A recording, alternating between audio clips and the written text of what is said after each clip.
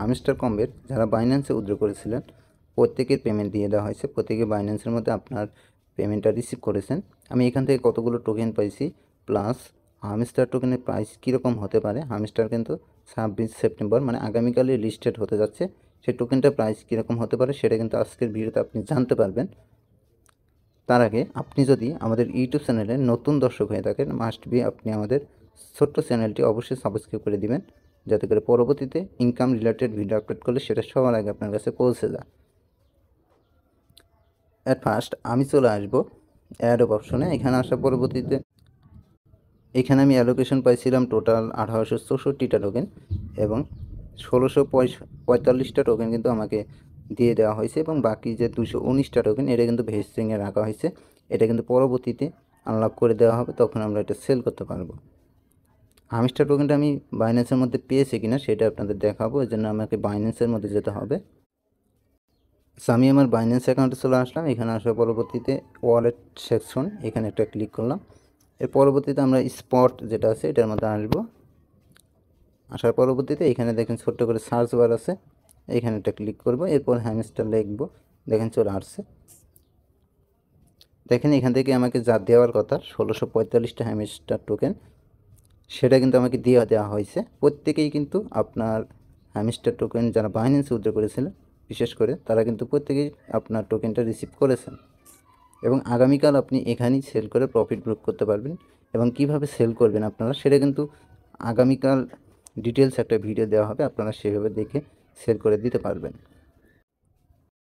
এখন সবার মনে একটা প্রশ্ন যে হ্যামস্টার টোকেনের প্রাইসটা কীরকম হবে। সবাই কিন্তু এই প্রশ্নটা এখন করবে যে টোকেনের প্রাইসটা কীরকম হবে। আমরা মোটামুটি একটা প্রেডিকশন করব, এজন্য আমরা ফার্স্ট অফ অল আমরা পি মার্কেট ফলো করব।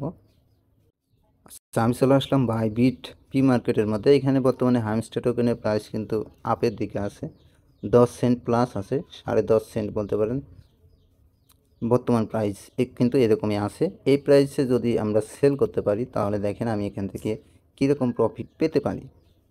আমার টোকেন আছে 1645, এখানে বলুন 0.1007। দেখেন এখান থেকে এই প্রাইসে যদি আমি সেল করতে পারি সেক্ষেত্রে আমার $176 এখান থেকে কিন্তু প্রফিট হবে। এটাকে আমরা এখন 123 দ্বারা মানে বাংলা টাকায় কনভার্ট করব। দেখেন বাংলা টাকায় কিন্তু 21,649 টাকা কিন্তু আমার এখান থেকে প্রফিট হবে যদি আমরা হ্যামস্টার টোকেনটা এই প্রাইজে মার্কেটে সেল করতে পারি। আচ্ছা, এই গেল বাইবিট পি মার্কেট এক্সচেঞ্জ। এরপরে আমরা দেখব বিটগেট পি মার্কেট এক্সচেঞ্জ। আচ্ছা, আমি এবার চলে আসলাম বিটগেট পি মার্কেট এক্সচেঞ্জের মধ্যে।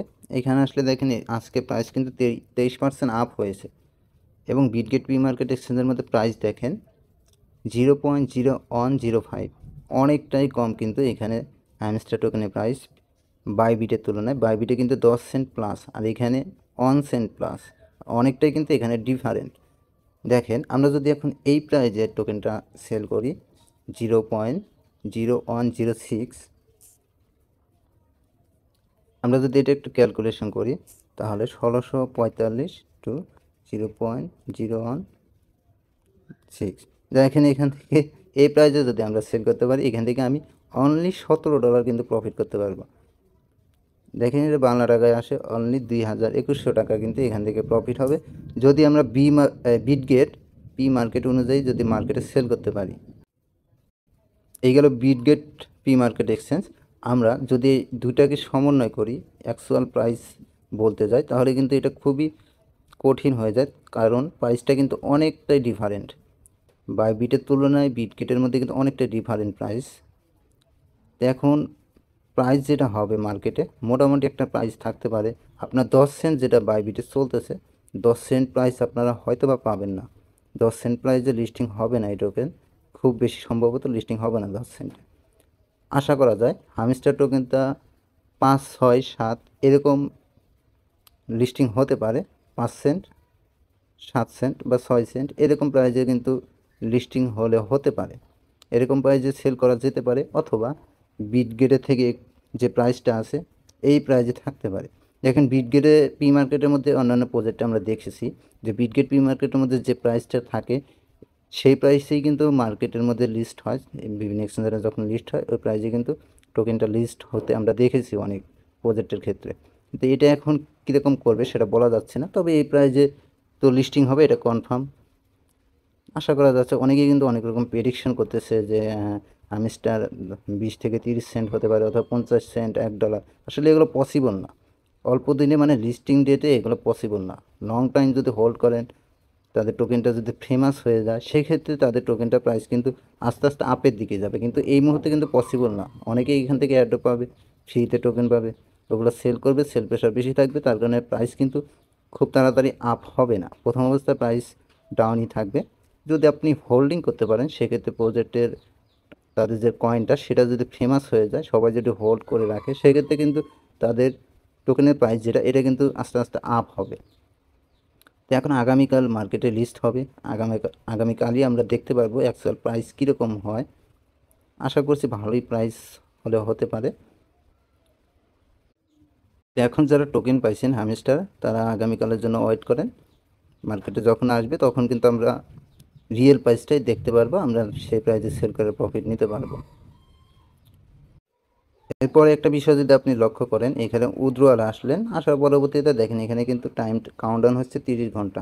এটা কিসের জন্য? যারা মানে এক্সচেঞ্জারে উইথড্র করেন নাই আপনাদের টোকেনটা, যারা শুধুমাত্র ওয়ালেট কানেক্ট করে রাখছেন টোন কিপার, সেইটার মধ্যে কিন্তু আপনি 30 ঘন্টা পরে ক্লাইম করতে পারবেন। যারা ওয়ালেট কানেক্ট করছেন তারা আগামী 30 ঘন্টা পরে আপনাদের টোকেনটা টোন কিপারের মধ্যে ক্লাইম করে নিতে পারেন।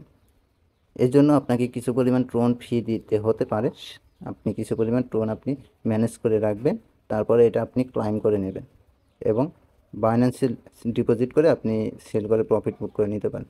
তো মোটামুটি এটা আপডেট ছিল, আশা করি সবাই পেমেন্ট পেয়ে গেছেন। তো আপনি অবশ্যই কমেন্ট বক্সে লিখে যাবেন আপনি কতগুলো টোকেন এখান থেকে রিসিভ করেছেন। আর আজকের ভিডিওটা ভালো লাগলে অবশ্যই একটা লাইক দেবেন। আজকের ভিডিওটা এখানে শেষ করে দিচ্ছি, ভালো থাকবেন সবাই, আসসালামু আলাইকুম।